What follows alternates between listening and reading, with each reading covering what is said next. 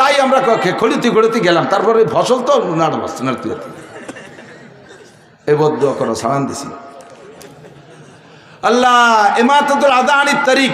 এরপরে হুজুর বলেন ওয়াল হায়াউ শুবাতুম মিনাল ঈমান, আমার দিক, ওয়াল হায়াউ শুবাতুম মিনাল ঈমান, লজ্জা ঈমানের অঙ্গ।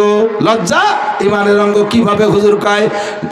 ইজা ফাতাকাল হায়া ফাফআল মা শিতা, তোমার যখন লজ্জা চলে গেছে তখন তুমি যা খুশি তাই করতে পারো। লজ্জা থাকলে যা খুশি করা যায় না, কথা কোন ঠিক ঠিক না? আল্লাহু আকবার। বলবাড়ি এক জায়গায় মাহফিল, দলা হুজুর গেছেন, বাইতে দলা হুজুর যাইয়ে গাড়িতে নামিয়েই পাগল হয়ে গেছে পেশাবের জন্য। মিয়া পেশাবখানা কোন জায়গা, মিয়া পেশাবখানা কোন জায়গা, গেছে রাত্রি, রাত 7-8টার দিন। আমি বললাম যে হুজুর বুড়ো মানুষ এইভাবে পেশাব চাপায় রাখলি পেশাবের ক্ষতি হয়, কিডনির ক্ষতি হয়। কয় যে বাহির দিতে রওনা দেওয়ার পরে একটু পরে পেশাব হয়েছে, কিন্তু রাত্রে যাচ্ছে গাড়িতে, কোন জায়গা বসবো সেই বসার জায়গায় খুঁজে পেলাম না সারা রাস্তায়। লজ্জাতে মনে করি যে নামিয়ে বসলি কেটা না কেটা জন্য দেখবে না, কেটা না কেটা জন্য দেখবে না, এই লজ্জাতে সারা রাস্তায় পেশাব করতে পারিনি রাতের বেলা, বুড়ো মানুষ। আর বাইটি ভাড়ার মোড়ে দেই যে 5 জন গোল হয়ে দাঁড়াইয়ে জামাতে পেশাব করতেছে, পাল্লাতেছে কি রাখার বাউ ভিজেতে পারে, সাড়ে হারামজাদার দল। লজ্জা থাকলে এই কাম করতে পারে, কথা বলেন?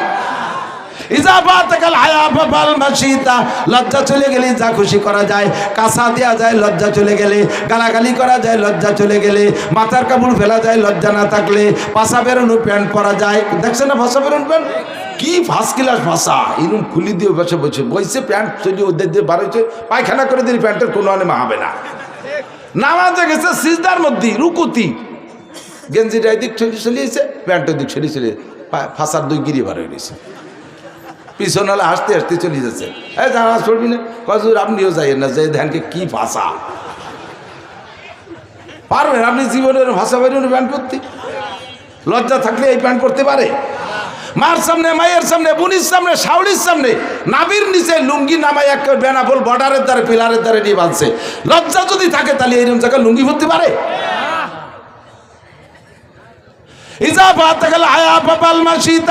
লজ্জা চলে গেলে যা খুশি তাই তুমি করতে পারো, লজ্জা ঈমানের অঙ্গ। 3টে বলে বললাম। এরপরে নবী বলেন মান কানা ইউমিনু বিল্লাহি ওয়াল ইয়াউমিল আখির ফালইউকরিম যায়ফা। আমার দিক, তুমি যদি আখিরাতকে আল্লাহর উপরে বিশ্বাস রাখো, আখিরাতের উপরে যদি তুমি বিশ্বাস রাখো, আল্লাহর প্রতি বিশ্বাস আছে? সবাই সাক্ষী দেন, আখিরাত আছে, আখিরাত আছে। 2 জায়গায় যদি বিশ্বাস রাখো, নবী পাক বলেন ফালইউকরিম যায়ফা, তাহলে তুমি তোমার মেহমানকে মেহমানের চাহিদা অনুযায়ী ইকরাম করো, যেমন মেহমান তাকে সেরকম ইকরাম করো। খেয়াল করেন, শুনতেছেন? মেহমানের সাথে সেভাবে আচরণ করবেন। মেহমান আসলে খুশি হবেন, মেহমান আসলে খুশি হবেন, বেজার হবেন না। মেহমানরে পাইয়ে পর্যাপ্ত মেহমানদারি করবেন। আর মেহমান কি কি চায়, কিসে খুশি, আগের তো জানা থাকলে তো জানা থাকলো, না জানা থাকলে নতুন মেহমান হলে জেনে নেবেন যে আপনি বেতাকাল্লুক, আরবিতে বলে উলামায়ে কেরাম বলে বেতাকাল্লুক, তার মানে কোনো ডোন্ট মাইন্ড, কোনো অন্য কিছু মনে করবেন না। আপনার কি কি চাহিদা আপনি বলবেন। আপনি আমার জন্য রান্না করছেন মোটা মোটা 10-15 প্রকার, একটাও আমি খাতি পারি না। মিষ্টি মিষ্টি পিঠা বানাইছেন, আমার ডায়াবেটিস 22, তাহলে এই যে রাতভর যে পিঠে বানাইছেন তা জলে গেল না? আপনার মন খারাপ হবে না? আপনার বোর মন খারাপ হবে? আপনার এবারে রাত্রি একটা কিছু কবে যে তুমিও আনাড়ি, শুনবা না হুজুর কি খায়? সেভাবে সাক্ষাৎ, প্রথম সাক্ষাৎ সালাম, আসসালামু আলাইকুম রহমতুল্লাহ, ভদ্রতার সাথে একটা সুন্দর সালাম দেবেন, আফসুস সালাম। এরপরে মুসাফায় হাত দেবেন। এই মুসাফা, এদিক তাকান, মুসাফা করবেন। প্রত্যেকের হাতের এই বুড়ি আঙ্গুলের একের গলা পর্যন্ত হাত মিশিয়ে দেবেন। একটু এই জায়গা সোয়া দিয়ে হুজুর আসি, হুজুর মুসাফা করছেন, সোয়াছুই, এই সোয়াছুই মুসাফা না, সুন্দর করে হালকাভাবে একটু চেপে ধরবেন, জোরে চাপ দিয়ে আবার আঙ্গুল কড়কড়া ভেঙে ফেলবেন না, ধরে হালকা একটু জাকি, একটু হালকা জাকি, জোরে জাকি না। 1 হাত দিয়ে করলেও হবে, 2 হাত দিয়ে করলেই সবচাইতে আদবের সাথে হবে। আর বিশেষ করে ছোটরা বড়দের সাথে কখনো 1 হাত দিয়ে মুসাফা করবেন না, যত্ন সহকারে 2 হাত দিয়ে মুসাফা করবেন। উলামায়ে কেরামের সাথে কখনো 1 হাত দিয়ে মুসাফা করবেন না, মুরব্বীদের সাথে 1 হাত দিয়ে মুসাফা করবেন, 2 হাত দিয়ে সুন্দর করে মুসাফা করবেন। 2 হাত দিয়ে মুসাফা করতে যাইয়ে এইরকম 2 হাতে মিশাই ডুয়ে দেয়, তাহলে আমি কোন জায়গায় হাত দেবো? আমি কি 2 এইভাবে ধরবো না, একজনের এই পাশ একজনের এই পাশ, এভাবে করে মুসাফা। যদি এক মুসাফা করেন হালকা একটু জাকি দিয়ে, তা হালকা জাকিতে সগিরা গুনাহ জড়িয়ে যায়। জাকিটা পরিমাণ মতো দেবেন। বড় 7 ফুটি এক জুয়ন আদামরা একজন 20 কানার একজন হাত ধরিয়ে জাকি দিছে, এনতে খুশি গেছে। শূন্যতা দেয় সগিরে গুনাহ যায় জাড়ি বেলাতে যাইয়া সে কবিরে হাত পড়িয়ে গেছে পরিমাণ মতো। এরপরে মহানাকা কোলাকুলি, গলার সাথে গলা মিশাবেন। গলায় গলায় মিশানোর অনুকুন মানে গলা, আর এই অনুকুনের ভাবে মুফালাতে মুশারাকাতে তর্জমা। গলায় গলায় মিশানোর না বলে মহানাকা। এত বড় দুই বুড়িয়ালা মহানাকা হতে পেটে পেটে 2 গসাই দিয়ে এর কি মহানাকা হলো? তো মুবাতানা পেটা বেটি হয়েছে। কায় তো ইউবতে গলার সাথে মিশাবেন 1 পাশ। কয় পাশ? গলার সাথে 1 পাশ। মুসলমানদের সাক্ষাৎ পদ্ধতি নবী পাকের তরিকায় কত সুন্দর না? আর অন্য সব ডিপার্টমেন্টে নমস্কার, হিন্দুরা কি কয়? নমস্কার, চমৎকার। কিচ্ছুই না। তোমাদেরটা নমস্কার, আমাদেরটা চমৎকার। কথা কোন ঠিক ঠিক না? আর ডিপার্টমেন্টে 1 লাথি 1 চড়। চড় একটা দিয়ে রানে লাথি, থাপতে পায়ে লাথি। তোমার সম্মান করলাম 1 লাথি 1 চড়। এই যে কে যে শিয়াই দিছে আমি তো মাথায় ধরে না। সবাই বলে নাউজুবিল্লাহ। লাকাদ কানা লাকুম ফি রাসূলিল্লাহি উসওয়াতুন হাসানাহ। আমরা যখন আপনাদের কাছে আসি, আমার কথা আমরা বলি, উলামায়ে কেরামটা বলেই দিছি, আমাকে ঠুক আমরা আদায় করে নেব ইনশাআল্লাহ। উলামায়ে কেরাম আসছে, আমরা অনেক কষ্ট করি, অনেক পরিশ্রম করি। এখন তো আপনাদের পেয়ে মজে গেছি। শুরু যে কেমন লাগছিল তা বলতে পারে, নামার পরে আবার জাল উঠবে না, গামিয়ে গেছে ভিতরে সব। এই জন্যই গলা বসে যায়। পরিশ্রম করে আসছি, কষ্ট করে আসছি। স্টেজেও অনেক কথা বলি, কিন্তু স্টেজের থেকে নামার পরে আর একটি কথাও বলতে মনে চায় না। স্টেজে আসার আগ পর্যন্ত কিছুটা টাইম একটু বিরতি, একেবারে নিরিবিলি মনে চাই। ওদিকে আপনাদের শখ, হুজুররে অনেকদিন দেখিনি, একটু মুসাফা করবো, একটু কথা বলে। আমরা সেখানে অনেকে আমাদের উলামায়ে কেরামরা কৃপণতা করে ফেলে। আমি অতটা কৃপণতা করি না, যতক্ষণ সাধ্যে কুলাই। একটা ওয়াজের পরের থেকে হযরত মাওলানা আলী হোসেন শাহ হুজুর রহমাতুল্লাহ আলাইহির কাছ থেকে শুনেছি। আলী হোসেন সাহেব বলেন, আমি তখন লালবাগ পড়ি। আলী হোসেন সাহেব সদর শাহ হুজুর রহমাতুল্লাহ আলাইহিকে নিয়ে নোয়াখালী গেছি ওয়াজে। হুজুর সে সময় বুড়ো, ওর পরে অল্প দিন পরে মারা গেছে। তা আমি হুজুরে নিয়ে গেছি নোয়াখালী। হুজুর অসুস্থ, বুড়ো মানুষ, আমারে কয় যে ওয়াজ তুই কর, আমি শেষে দোয়ারে দেওয়ানি। তো সদর সাহেব এই বললি তার কর্তৃপক্ষের কথা থাকে না।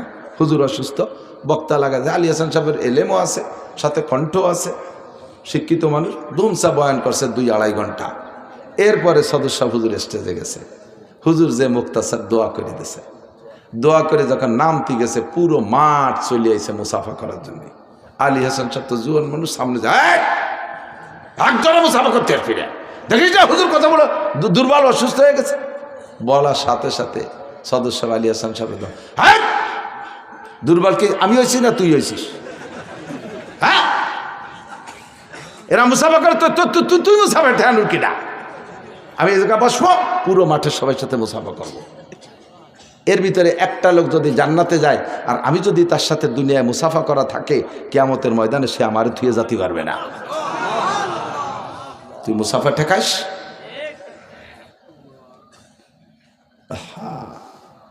বড়দের নজর কত দূর চিন্তা করতে পারে। আর আমরা বক্তারা ভাবে জ্বালায়, এর মধ্যে পকেটের মধ্যে হাত দিচ্ছি, এর মধ্যে কুচকুচ করছে। তোমার হাতের এত দাম, তোমার হাতকে শোনায় দিবেন দা? পাবলিকের হাতের সাথে হাত মিশাইলে তোমার হাতে গন্ধ হয়। মুসাফা করলে ঘৃণা করে। আসেন আমি মুসাফা করব, আমি হাত দেবো না, ওই হাত দিয়ে এখনই ভাত খাবো।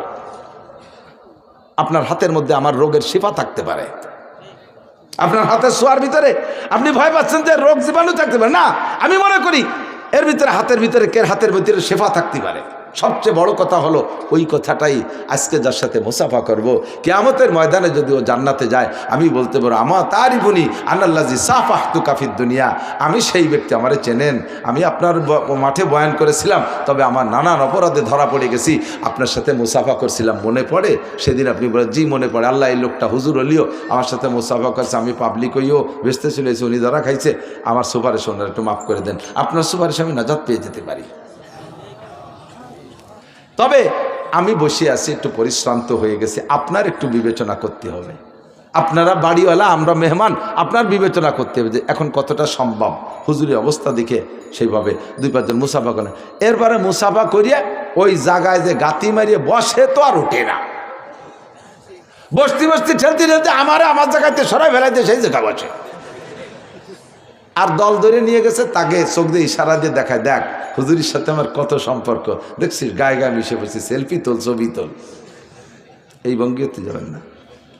10-15-20 জন যে বসে রয়েছেন আমার কাছে আমি বলছি হুজুরের কাছে, আব্দুল গফফার সাহেব হুজুর কর্তৃপক্ষ হুজুরের জন্য খাসভাবে একটু মেহমানদারি, অনেক মহিলারা থাকে মহব্বত করে, পেশাব হুজুরে বক্তারে মহব্বত করে, একটু পিঠা 2টে বরফি পিঠে পাঠাইছে, 2টে পাকান পিঠে পাঠাইছে, হুজুর দিবা, হুজুর একা একা যেন জুত করে খায়। সেই লোক নিয়ে ঘুরতেছে, মোটা স্কোপ পাচ্ছে না, 20-22 জন বসে, ওর মধ্যে দিল তো হুজুরও খাতে পারবে না লজ্জায়, আর বাক করে দিলি সবাই দেওয়াও যাবে না, জ্বালায় শেষ করে হুজুর স্টেজে চলে আইছে।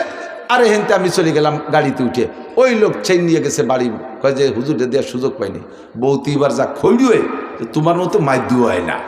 কিন্তু আসলে তো ঘটনা আলাদা। আপনি ওই জায়গায় বসে থেকে হুজুরের কষ্ট দিচ্ছেন, হুজুরের মনে মনে লোভ রয়েছে একটা কিছু পাইলে খেয়ে দিয়ে স্টেজে যাবো, আপনার কারণ তা খাতে পারিনি।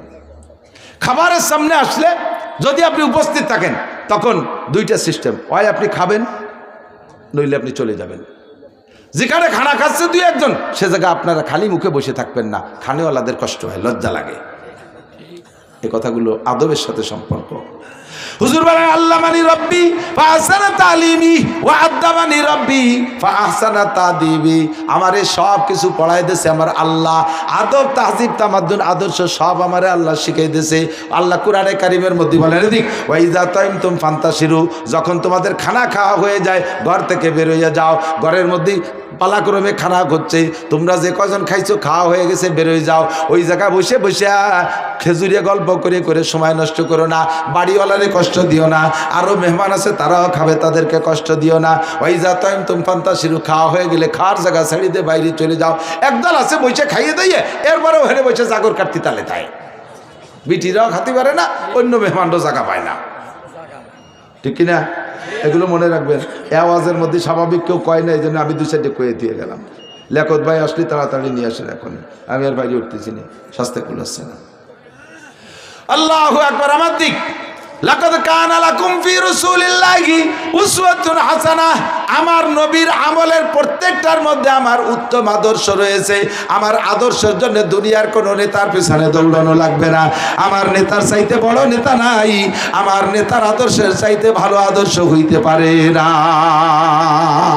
আমার নেতার আদর্শের উপরে যদি কেউ কলম ধরে, কেউ জবান খুলে, ওরে তার কলমটা মুসরায় ভেঙে ফেলাই দেব, তার জবানকে আমরা স্যান্ডেল দিয়ে বড় সোজা করে দেবো। কতক্ষণ আমাদের নামাজ পড়ে না, তার জন্য যে লোকটা নামাজে অভ্যস্ত হয়ে গেছেন তার জন্য নামাজ না পড়া কঠিন। কতক্ষণ টিকিরিক না? ফজরের নামাজ যদি কারণবশ ছুটে যায়, ঘর থেকে বেরোতে ভয় লাগে, কি লাগে না? কারণবশ যদি জোহরের নামাজ ছুটে যায়, বিকেলবেলা বাইরে যাইতে ভয় লাগে, মাঠে যাইতে সময় মনে হয় আজকে মাঠের মধ্যে কোনো বরকত পাবো না। গাড়িতে উঠতে গেলে ভয় লাগে, না জানি আমার কারণে গাড়িটা অ্যাক্সিডেন্ট করে। অভ্যাসে যখন পরিণত হয়ে যায়, শরিয়াত জবকে তবিয়ত বন जाती है, এই শরিয়াত জবকে তবিয়ত বন जाती है তো শরিয়াত के अंदर कोई तकलीफ नहीं पहुंचती है। শরিয়াত যখন অভ্যাসে পরিণত হয়ে যায় তখন আর কষ্ট মনে হয় না। কতক্ষণ? অভ্যাসে পরিণত করলে আর কোনো ঝামেলা নাই। আর অভ্যাস যতদিন না হবে ততদিন ওয়া ইন্নাহা লাকাবীরাতুন, এটা বড় কঠিন মনে হয়, খুব কঠিন।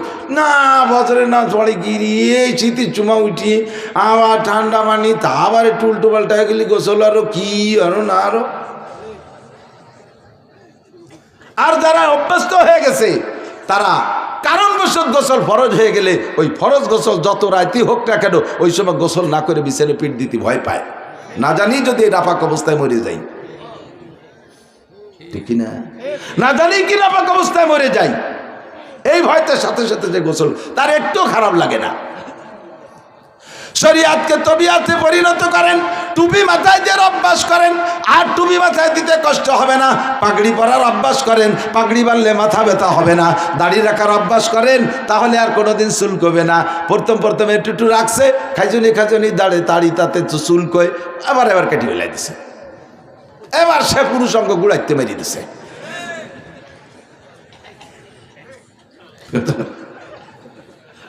আমার এক দাদা গৌরসিক তো উনি আইছেন, ওইরকম দাড়ি ছোট। আগেকার দাদা কয়দিন আগে দিয়ে বড় দেখলাম, তাই ছোট হয়ে গেল কি রে? আরে বাড়ি সে রাত্রি দাড়ি জ্বালায় মুখ রে চড়াইয়ে ভেঙে ফেলে দিছে। দাড়ি জ্বালায় মুখ চড়ালেন, কয় দাড়ি সুই খেতা গায়ে দিই, দাড়ি একটা উঠে এসে খুসাই দিয়ে না হয় খুসাতে মনে হয় যে মশা দেই চড়। এবার আর একটা এসে ঠেলাতে মনে হয় যে মশা দিই, রাতটা ভর গেছে মুখ চড়াই ভাঙছি। সকালে কেটে খেটে হাজার মানুষ লম্বা দাড়ি, তারা রাত্রি বছর কামড় মনে রে মুখ চড়ায় না, তুমি চড়াও কে? আল্লাহু আকবার। মাগুরা গেছি মাহফিলে, পানি ভবন মাদ্রাসা মাহফিল। তো আমার আগে যে বক্তা বয়ান করতেছে, ওই বক্তার দাড়ি ছোট ছোট।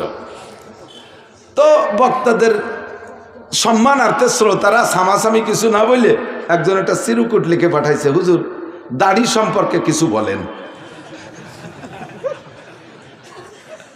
দাড়ি সম্পর্কে কিছু বলেন। উনার নিজের দাড়ি যান ছোট, তাহলে যা বলবে ওই ছোটর পক্ষে বলতে হবে না, দলিল বর্ষা যা দেবে ছোটর পক্ষে দিতে। তো উনি বলতেছেন দাড়ি ভালো জিনিস, রাখা ভালো, পুরুষের জন্য শান হয়, দেখতে ভালো, তবে অনেক লম্বা না রাখা ভালো। কেন অনেক লম্বা না রাখা ভালো ব্যাখ্যা দিতে হবে। তো বলতে হুজুর কেন অনেক লম্বা না রাখা ভালো? বেশি লম্বা হলে একটা পয় পবিত্রের একটা ব্যাপার স্যাপার আছে, পেশাব করতে বসলে সিটে দাঁড়িতে লাগতে পারে, এই জন্য খাটো রাখা ভালো। কি বলেন সবাইকা? ঠিক। এই সময় হুজুর যা কয় সব ঠিক। আমি কি যে সর্বনাশ করছে, কি রুয়ে দিয়ে গেল একেবারে। উনার ওয়াজের শেষ মশলা এই কইয়ে নেমে চলে যাবে ঢাকা। এরপরে আমি স্টেজ উঠে চিনতে হলাম, তো গাড়িতে উঠে গেলি, ওর তো সাইজ করা যাবে না।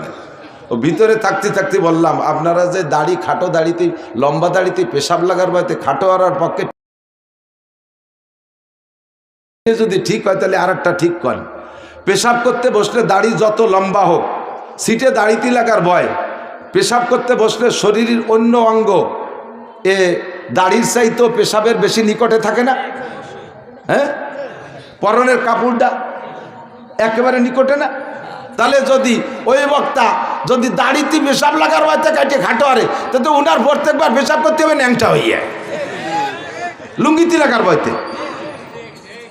আগেরটা ঠিক না পরেরটা ঠিক? পরেরটা ঠিক না, ল্যাংটা হইলে ছেড়ে দিছি।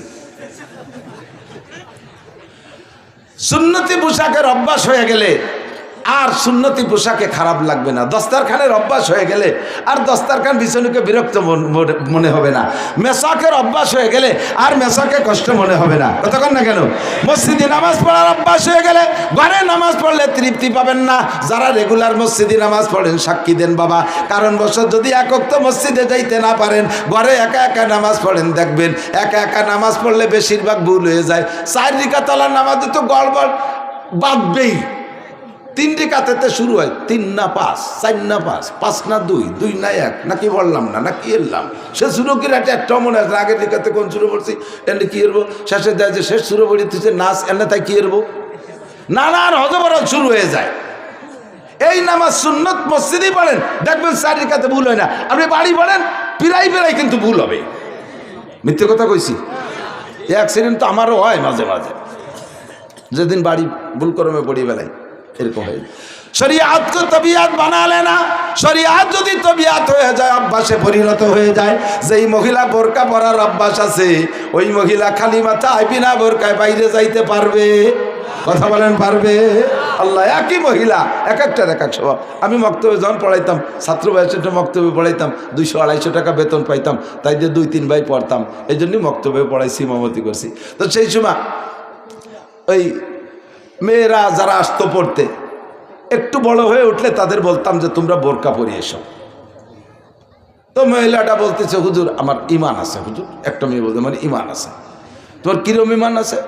কয় যে আগে একদিন মসজিদে জুমুর দিন বয়ান করছে, আমাকে বাড়িতে ভাসে আপনি বলছেন যে যার লজ্জা আছে তার ঈমান আছে, আমার লজ্জা আছে এই জন্য আমার ঈমান আছে, আর ঈমান থাকলে তোর বোরকা লাগে না।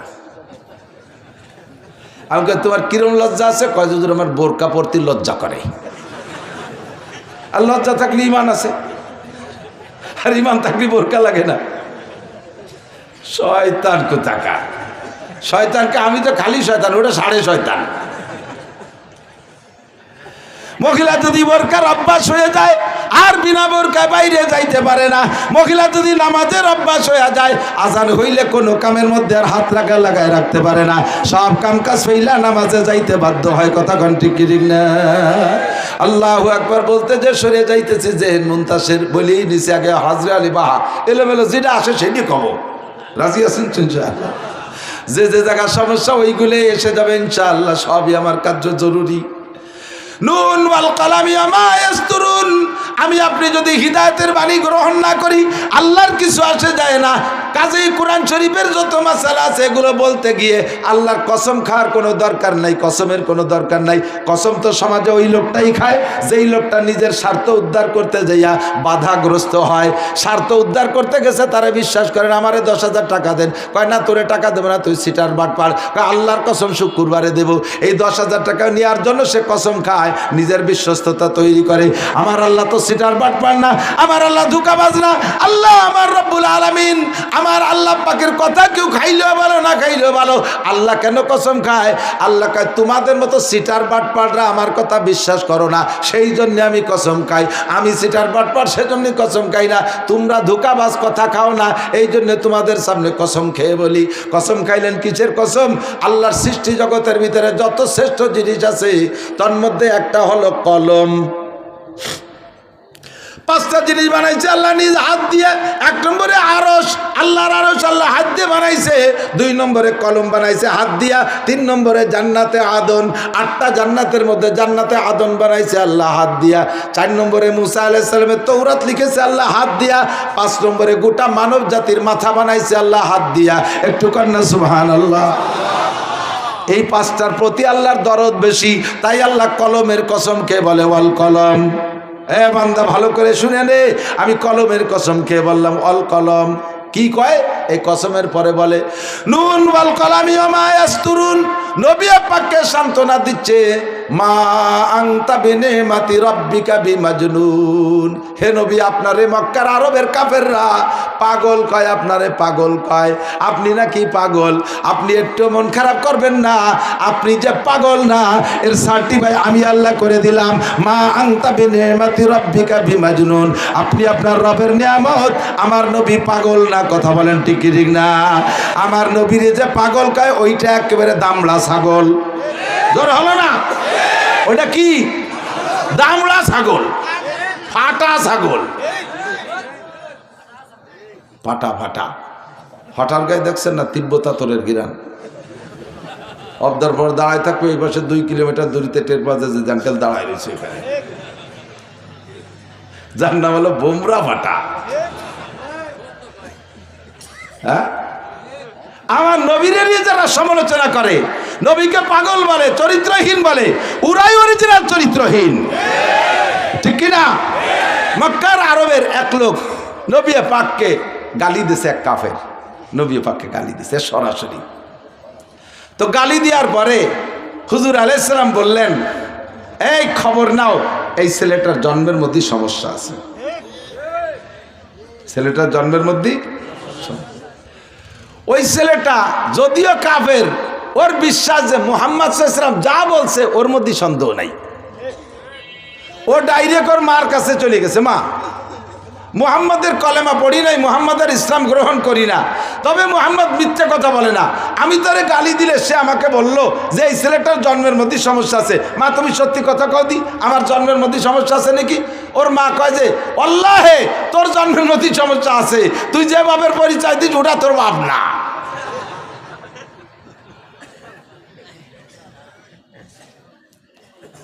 সাবধান থাকবা যুবক, দলের বলে ক্ষমতার বলে আরে অন্য কোনো বলে তুমি যাই কিছু করো না কেন, উলামায়ে কেরামরা গালি দিও না, এরা ওয়ারাসাতুল আম্বিয়া, যা করো মারামারি দাঙ্গা হাঙ্গামা করো, নিজেরা করো, মৌলবীকে গায়ে হাত দিও না। দিনের বেলা একটা থাপ্পড় দিবা, প্রতিশোধ তখন নিতে পারবো না।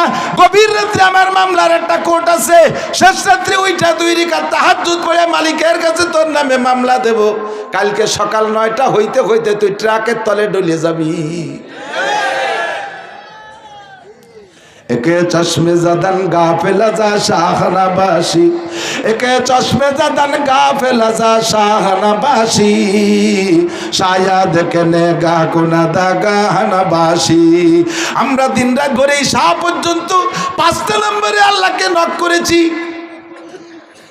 24434 আল্লাহর মোবাইল নাম্বার কত? 24434।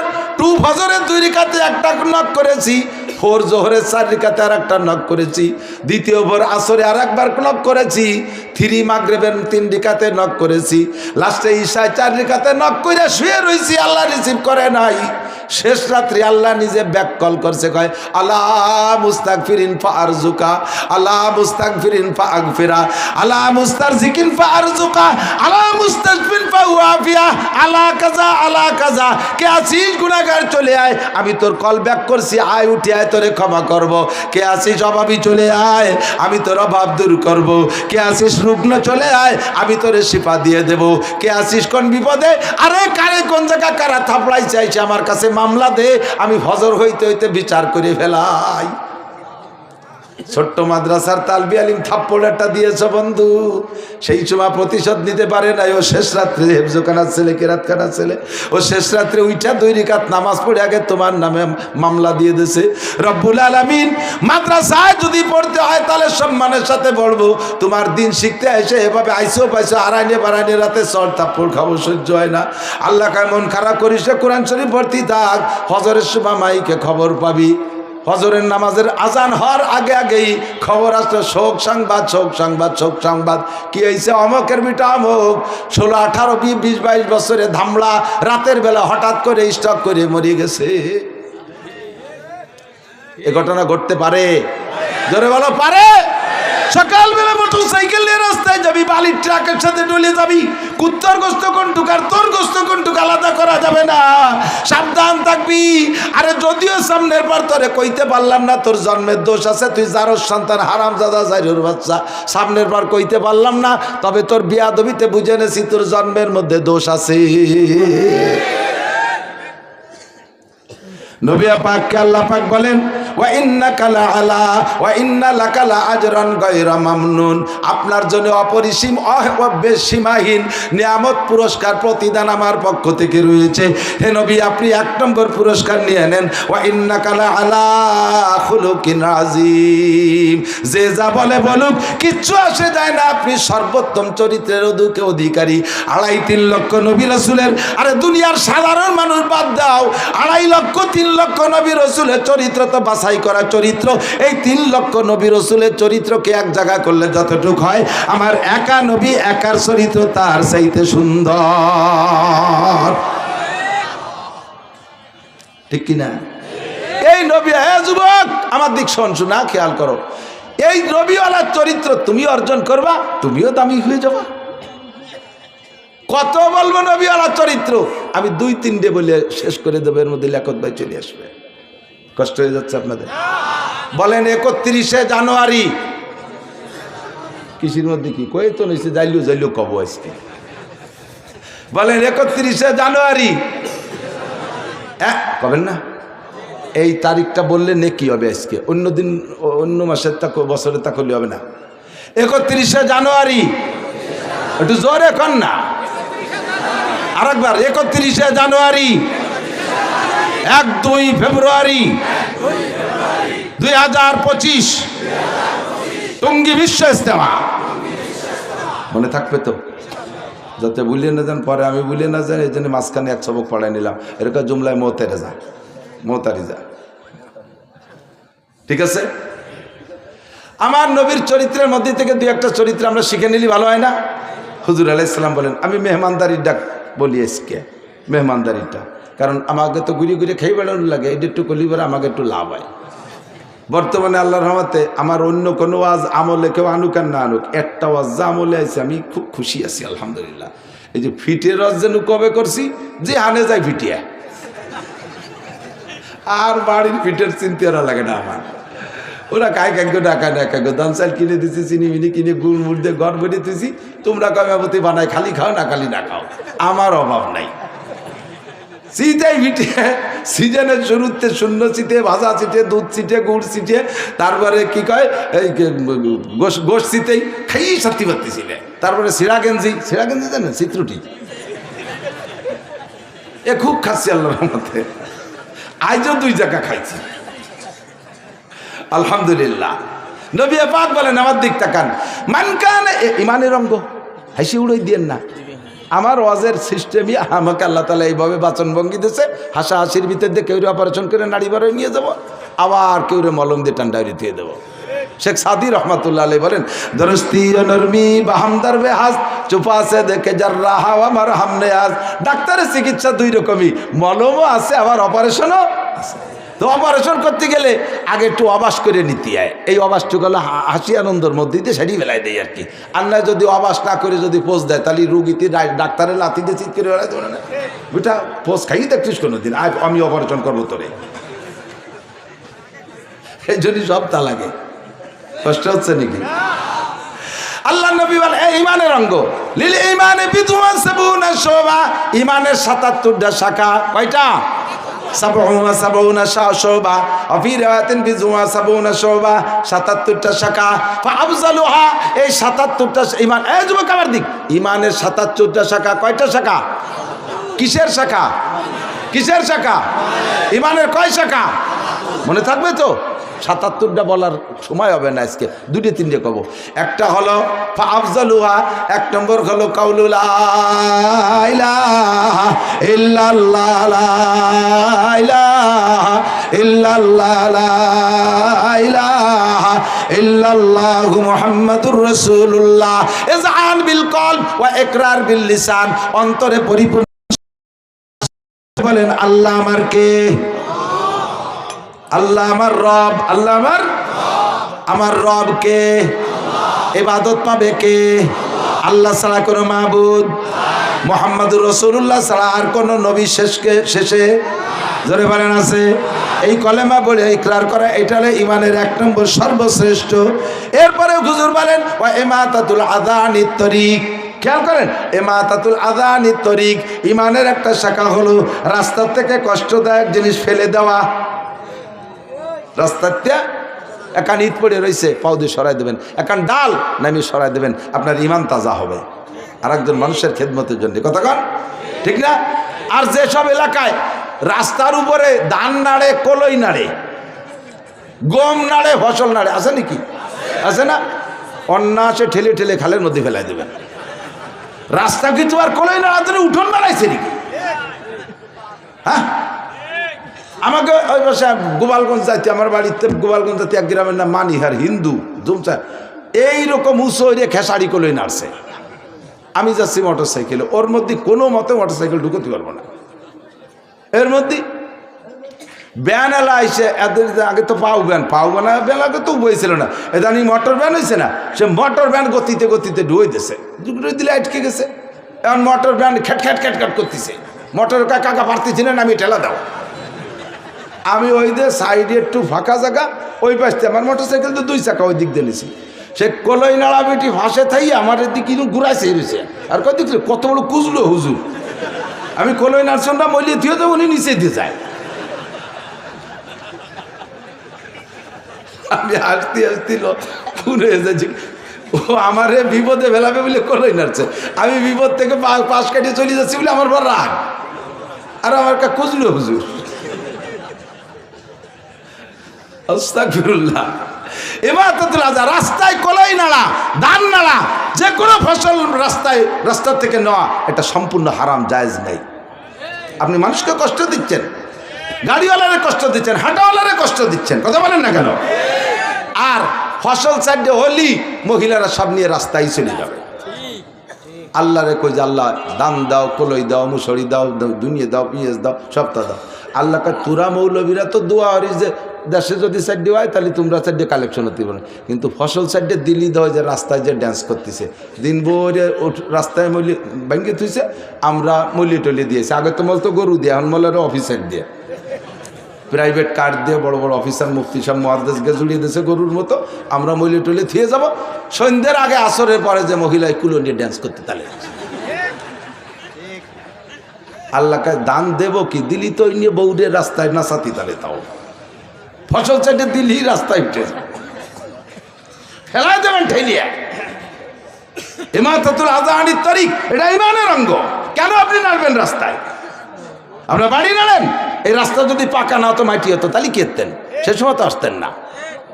এই জন্যই জায়গায় জায়গায় যে এলাকায় ফসল বেশি নাড়ে সেই এলাকায় দোয়া করি আল্লাহ এই রাস্তা যেন ভেঙ্গি স্থিরে চুরমার হয়ে যায়। যাই আমরা খড়িতে গেলাম, তারপরে ফসল তো নাড়তে হতে এবার দোয়া করো, সালাম দিছি আল্লাহ ইমাতাতুল আযানির তরিক। এরপরে হুজুর বলেন ওয়াল হায়াউ শুবাতুম মিনাল ঈমান, আমার দিক ওয়াল হায়াউ শুবাতুম মিনাল ঈমান, লজ্জা ঈমানের অঙ্গ। লজ্জা ঈমানের অঙ্গ কিভাবে হুজুর কয়? ইজা ফাতাকাল হায়া ফাফআল মা শিতা, তোমার যখন লজ্জা চলে গেছে তখন তুমি যা খুশি তাই করতে পারো। লজ্জা থাকলে যা খুশি করা যায় না, কথা কোন ঠিক ঠিক না? আল্লাহু আকবার। বলবাড়ি এক জায়গায় মাহফিল, দলা হুজুর গেছেন, বাইদ্য দলা হুজুর যাইয়ে গাড়িতে নামিয়েই পাগল হয়ে গেছে পেশাবের জন্য। মিয়া পেশাবখানা কোন জায়গা, মিয়া পেশাবখানা কোন জায়গা গেছে রাত্রি, রাত 7-8টার দিন। আমি বললাম যে হুজুর বুড়ো মানুষ এইভাবে পেশাব চাপায় রাখলি পেশাবের ক্ষতি হয়, কিডনির ক্ষতি হয়। কয় যে বাহির দিতে রওনা দেওয়ার পরে একটু পরে পেশাব হয়েছে, কিন্তু রাত্রে যাচ্ছে গাড়িতে, কোন জায়গা বসবো সেই বসার জায়গায় খুঁজে পেলাম না সারা রাস্তায়। লজ্জাতে মনে করি যে নামিয়ে বসলি কেটা না কেটা জোরে দেখবে না, কেটা না কেটা জোরে দেখবে না, এই লজ্জাতে সারা রাস্তায় পেশাব করতে পারিনি রাতের বেলা, বুড়ো মানুষ। আর বাটি ভাড়ার মোড়ে দেই যে 5 জন গোল হয়ে দাঁড়াইয়ে জামাতে পেশাব করতেছে, পাল্লাতেছে কি রাখার বাউ ভিজেতে পারে। সাড়ে হারামজাদার দল। লজ্জা থাকলে এই কাম করতে পারে, কথা বলেন? লজ্জা চলে গেলে যা খুশি করা যায়, কাঁচা দেওয়া যায় লজ্জা চলে গেলে, গালাগালি করা যায় লজ্জা চলে গেলে, মাথার কাপড় ফেলা যায় লজ্জা না থাকলে, পাশা বেরোনো প্যান্ট পরা যায়। দেখছেন না ভাষা বেরোন প্যান্ট কি ফার্স্ট ক্লাস ভাষা, এরকম খুলি দিয়ে বসে বসে বইছে প্যান্ট চলি ওদের দিয়ে বাড়াইছে, পায়খানা করে দিলে প্যান্টের কোনো আনে মাহাবে না। নামাজে গেছে সিজদার মধ্যে রুকুতি, গেঞ্জিটা এদিক ঠেলে চলিয়েছে, প্যান্টের দিক ছেড়ে চলে ফাঁসার 2 গিরি বার হয়ে গেছে, পিছনালা হাসতে হাসতে চলে যাচ্ছে।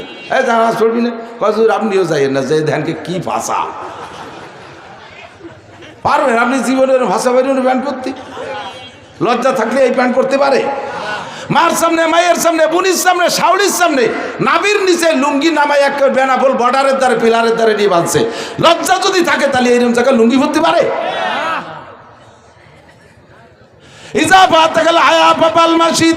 লজ্জা চলে গেলে যা খুশি তাই তুমি করতে পারো, লজ্জা ঈমানের অঙ্গ। 3টে বলে বললাম, এরপরে নবী বলেন মান কানা ইউমিনু বিল্লাহি ওয়াল ইয়াউমিল আখির ফালইউকরিম যায়ফা। আমার দিক, তুমি যদি আখিরাতকে আল্লাহর উপরে বিশ্বাস রাখো, আখিরাতের উপরে যদি তুমি বিশ্বাস রাখো, আল্লাহর প্রতি বিশ্বাস আছে? সবাই সাক্ষী দেন, আখিরাত আছে, আখিরাত আছে। 2 জায়গায় যদি বিশ্বাস রাখো, নবী পাক বলেন ফালইউকরিম যায়ফা, তাহলে তুমি তোমার মেহমানকে মেহমানের চাহিদা অনুযায়ী ইকরাম করো, যেমন মেহমান তাকে সেরকম ইকরাম করো। খেয়াল করেন, শুনতেছেন? মেহমানের সাথে সেভাবে আচরণ করবেন। মেহমান আসলে খুশি হবেন, মেহমান আসলে খুশি হবেন, বেজার হবেন না। মেহমানরে পাইয়ে পর্যাপ্ত মেহমানদারি করবেন। আর মেহমান কি কি চায়, কিসে খুশি, আগের তো জানা থাকলে তো জানা থাকলো, না জানা থাকলে নতুন মেহমান হলে জেনে নেবেন যে আপনি বেতাকাল্লুক, আরবিতে বলে উলামায়ে কেরাম বলে বেতাকাল্লুক, তার মানে কোনো ডোন্ট মাইন্ড, কোনো অন্য কিছু মনে করবেন না। আপনার কি কি চাহিদা আপনি বলবেন। আপনি আমার জন্য রান্না করছেন মোটা মোটা 10-15 প্রকার, একটাও আমি খাতি পারি না।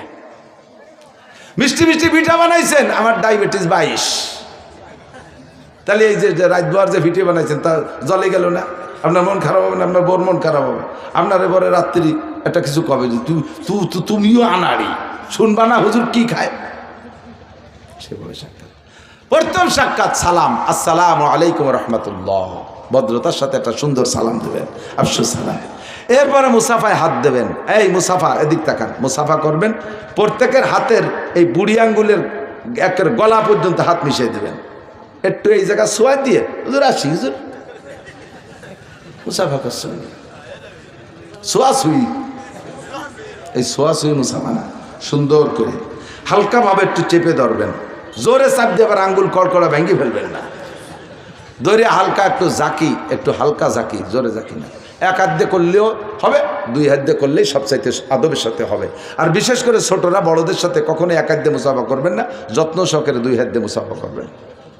উলামা ইকরামের সাথে কখনো এক হাত দিয়ে মুসাফা করবেন না, মুরব্বীদের সাথে এক হাত দিয়ে মুসাফা করবেন, দুই হাত দিয়ে সুন্দর করে মুসাফা করবেন।